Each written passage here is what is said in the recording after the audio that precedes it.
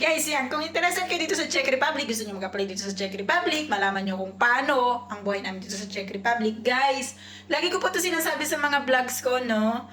Punta po kayo sa Red App ko. May playlist po doon kung paano mag-apply. So, hindi na po natin pwedeng na paulit-ulit akong gumawa ng video. Kasi I think nasa 5 video na po yung nirelease ko para dito sa topic na to na how to apply, paano po ba yung tamang process. Siyempre, ang unang-una, pupunta ka muna ng agency. Siyempre, maghanda ka muna ng resume. Kailangan may resume ka bago ka pumunta ng agency. Pagpunta mo ng agency, hahanapan ka ng resume. Paano mo naman malalaman ng agency? So, ang unang pwede mong malaman ng agency, pwede ka manood ng mga vlogs na talagang legit or nagsasabi na talagang may napalis sa mga agency na to. Pwede ka rin po mag-check kay DMW para ma-check mo kung legit yung agency. So, maghanap ka kay Google, sabihin mo, agency in Czech Republic, from Philippines, ganun ang i-search mo, and then lalabas na po yun doon. And then, pag lumabas yung pangalan, i-check mo naman kay DMW kung legit ba siya, kung hindi ba siya, parang hindi siya paso yung kanyang license, ganun. Doon yun siya i-check. And then, kapag meron na kayong ganun, saka naman kayo magpunta kay agency, pagpunta nyo ng kay agency,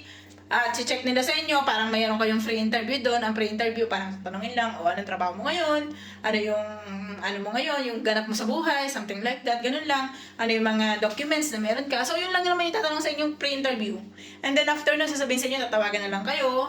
And then, follow up kayo habang hindi kayo tinatawagan. And then, kapag natawagan na kayo, nang sunod doon, tatawagan kayo for interview muna. Minsan, trade test. Bali sa dalawa yung una, interview or trade test. Ano ang trade test? Ito yung mga pagtingin ng skill nyo. Halimbawa, ang in-apply nyo is a welder. So, titingnan nila kung marunong talaga kayo sa weldering. O, ganon. Kung in-apply nyo is driver, titingnan nila talaga kung yung skill nyo is meron talaga skill sa pagdadrive. So, yun yung mga basic na pwede kong may tulong sa inyo sa pagsisimula nyo ng pag-apply. And then, kung money matters naman ang problema, syempre, pagkatapos niyan ng trade test, tapos ng interview nyo. Ang interview naman, simple as kung ano lang yung nasa resume nyo, yun lang ang interviewin sa inyo. So, yun lang talaga. Kung ano yung working experience nyo before, so yun lang din yung tatanong sa inyo. So, ganun lang guys ang interview. Ano yung tip ko para sa lahat ng gustong magpa-interview na ganyan? So, eye-to-eye contact. So, wala nang iba, eye-to-eye contact lang guys. Bakit? Kasi po, nakikipag-eye-to-eye contact ang dito sa Czech Republic. So, eye-to-eye contact lang kayo and smile and then igaan nyo lang yung energy nyo. Huwag kayong masyadong trying hard. So, igaan nyo lang siya. Kasi sila dito is para silang mga Pinoy yung nila. Kapag ikaw ay palangiti, kapag ikaw ay okay yung aura, so mas malaki yung chances mo na makuha. So, yan yung mga tip ko, no? Kasi syempre, 3 years na rin naman ako. Mag 4 years na ako na may nakasama ako na taga dito sa Czech, mga lokal talaga, and yun talaga yung napansin ko sa kanila. Pag palangiti ka, automatic maganda yung positive yung tingin nila sa'yo. So, next niyan, syempre, pag na-hire na kayo, pupunta na kayo ng visa, ang muna dyan is, kailangan mo na kayong sa visa. Sila mag-appointment sa inyo. Pag napa-appointment, dun kayo unang maglalabas ng pera. So, bakit kung hindi binanggit yung working processing fee, kasi merong ganun na sinasabi na magbabayad daw kami para sa processing fee. Hindi po kasi lahat ng agency nagbabayad ng processing fee. So mostly, ang binabayaran lang talaga dyan is yung visa, yung placement fee, at saka yung medical. So yun po yung normal na binabayaran dyan sa mga, hindi ko naman sinasabi na pero mas marami talaga ang agency na ganun lang yung kinukuha. Yung iba nga wala pang placement fee. Pag natapatan nyo yung employer na hindi kumukuha ng placement fee, libre talaga kayo lahat, as in medical lang talaga yung may bayad. So may mga ganyang employer guys. Sa employer ko before, way back 2022, ang binayaran namin is ang placement fee. Nung panahon na yun, nasa 45K pala, 47, kung di ako nagkakamali, K pala, kasi maliit pa nun ang palitan. Ang placement fee kasi guys, is nagdedepende kung magkano ang palitan sa araw na magbabayad ka ng placement fee. Sa kagaya ngayon, ang basic salary, sabihin natin na offer sa inyo, kunyari lang, offer sa inyo is nasa 23,000 crowns, kunyari yung offer sa inyo.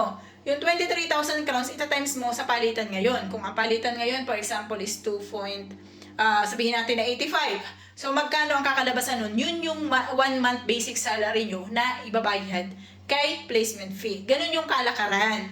1 month basic salary. Sa basic kayo magtingin guys, no? So, ano pa ba? So, binanggit ko na sa inyo yung trade test, yung interview. And then, nandun na tayo sa visa. So, kapag kayo ay okay na, nakapag-visa na kayo, medyo matagal guys, ang paghihintay ng approval nito. So, ito ay umaabot ng 2 to 4 months, minsan mas matagal pa. Depende po sa pangangailangan ng inyong employer. So, wala pong kinalaman ng agency kapag nagtagal po ang pag-release ng inyong visa. Kasi, nagdedepende rin sila sa pangangailangan ng employer nyo dito sa Czech Republic. So, kung ang pangailangan ng employer nga, for example, ngayong buwan na to, kailangan ko lang ng 10 tao, 20 kayong katao. So, 10 lang muna ang kukunin nila. And then, sabihin nila, sa susunod na buwan ko, kakailanganin ng sunod na 10 tao. So, ibig sabihin, mahahati yung batch nyo. Nangyayari po yun, pero hindi siya madalas mangyari. Ang kadalasan na nangyayari is kapag ito, halimbawa, 10 kayo, sabay-sabay kinuha. 10 din kayo sabay-sabay makakalis. Yung pag visa approve, minsan nauna yung si employee A kaysa kay employee B kaysa kay employee C. So, pwedeng una siya ng 2 days, una ng 1 week, minsan una ng 2 weeks.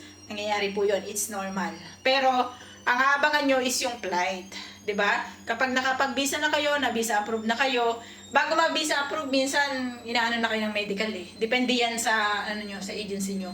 Kasi kami, nung nalaman ko na visa approve na ako, pinapunta na ako sa medical.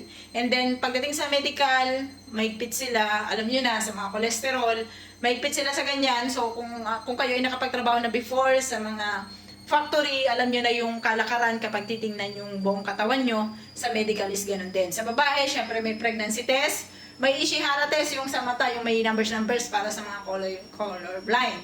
So, pagdating din sa baga, may x-ray din po. So, yan yung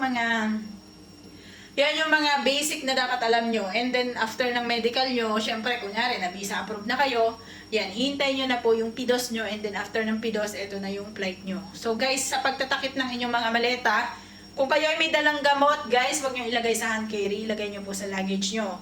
Yung mga dilata sa sa luggage, huwag po sa hand carry. Ano ilalagay nyo sa hand carry? Yung hindi nabubulok, or something liquid pero hindi po siya tataas ng I think nasa 50 ml para hindi siya ma-confiscate. So, yun po yung doon.